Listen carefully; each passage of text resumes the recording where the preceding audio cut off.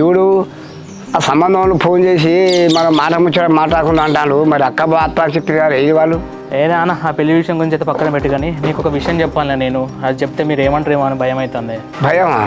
ఏం భయం? ఏం చేసిన మాట్లాడతాను? అదేనే పెద్ద చెల్లె గురించి పెద్ద బావ గురించి మాట్లాడదామని. వాళ్ళ గురించి ఏం మాట్లాడాలి? బావ చెల్లె మంచిగానే ఉంటానట కదా. వాళ్ళే మంచుకుంటారులే అమ్మ. మీకు చెప్తే మీరు ఎట్లా రియాక్ట్ అవుతారో అని చెప్పేసి నాకు భయం అవుతుంది. అరే నువ్వు భయపడతాను బిడ్డ, నాకు టెన్షన్ అయిందా? అసలు ఏమైందో చెప్పు. నేనేం చెప్పాలి నాన్న? చెల్లె నువ్వే చెప్పే అమ్మకు నాన్నకు. నాన్న అక్కకి పెళ్ళైనాక 6 నెలలకే ప్రెగ్నెన్సీ కన్ఫామ్ అయింది. కానీ అక్క హైదరాబాద్ వెళ్ళిన తర్వాత వాళ్ళు అక్కడ సెటిల్ అయిన తర్వాత 2 సంవత్సరాల తర్వాత పిల్లల్ని కలుద్దాం అనుకున్నది. దానివల్ల టాబ్లెట్స్ వేసుకుంటే అక్కకు ప్రెగ్నెన్సీ పోయింది. ఏంది బిడ్డ అక్క గట్లేసిందానే? మరి ఏమైంది బిడ్డ? ఈ విషయం బావకు చెప్పలేదే, కానీ అక్క టాబ్లెట్స్ వేసుకోవడం వల్ల అక్కకు మొత్తమే పిల్లలు పుట్టకుండా అయిపోయింది. ఈ విషయం బావకు తెలవడం వల్ల వాళ్ళిద్దరి మధ్యలో ఇన్ని గొడవలు అవుతున్నాయి. అయ్యో బిడ్డ, అక్క అట్లెందుకు చేసిందే? అందుకోసం ఆయన ఇన్ని రోజుల బట్టి అక్కకు పిల్లలు పుడతలేరు. అక్క కూడా ఇట్లా అవుతుందని అనుకోలేదే అమ్మ. బావకి ప్రమోషన్ వస్తే హైదరాబాద్లో మంచిగా సెట్ అయిన తర్వాత పిల్లల్ని కందాం అనుకున్నది. కానీ ఏం చేద్దామే అమ్మ, పాపం అక్కకి ఇట్లా అయిపోయింది. అరే ఏంది బిడ్డ, నాకు చిన్నపిల్లల పరిగెత్తాం అనుకుంటా నానే. మరి అట్లా చేసినప్పుడు నాకు చెప్పరా? నాకు అర్థం కాదు. నా అక్క కూడా ఇట్లా అవుతుందని అనుకోలేదు. నేను కూడా ఎంత చెప్పినా కూడా వినలేదు. వినకుండా తొందరపడేసరికి ఇట్లా అయింది. బాగు చెప్పకుండా చేయకుండా గట్ల చేస్తే ఎవరైనా ఎత్తుండే చెప్పే గొడవలు కాకుండా ఏమైతే? గొడవలు అయితే కానీ నాన్న. కాకపోతే బావ ఏమంటుందంటే నీకు పిల్లలే పుట్టారు, నీతో నేను ఎందుకు ఉండాలని చెప్పేసి విడాకులు కావాలంటే. ఏంది శివుడు, అక్కను విడాకులు ఇస్తానంటాడా? అయ్యో పచ్చని సంసారం పాడు చేసుకున్నది కదా నాన్న.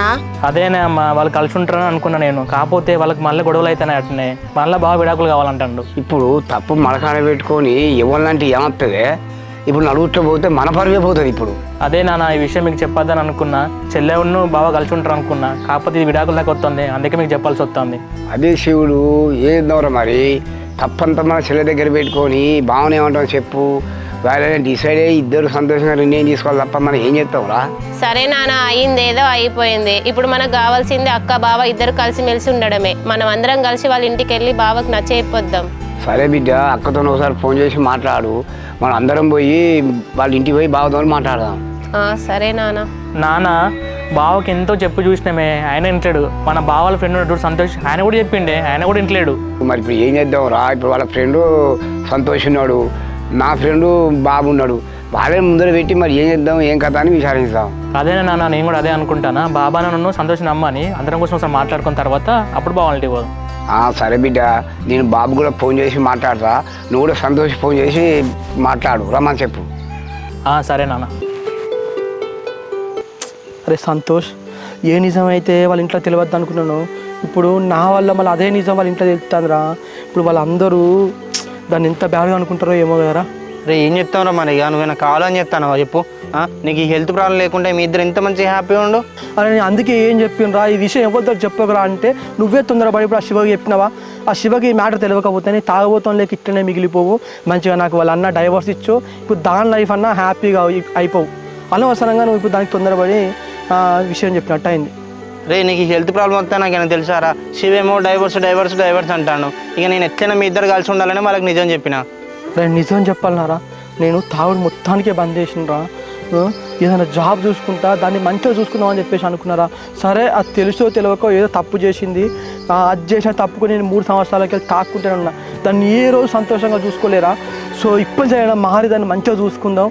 అంత సెట్ అయిపోయిన తర్వాత మంచిగా ఏదైనా అనాథాశ్రమంకి వెళ్ళి ఏదైనా పాపనో బాబునో దత్తత తీసుకొని మంచిగా ఉందాం అనుకున్నారా. కానీ ఏం చేద్దాం రా, భగవంతుడు నా రాతకి ఇట్లా రాసిండు.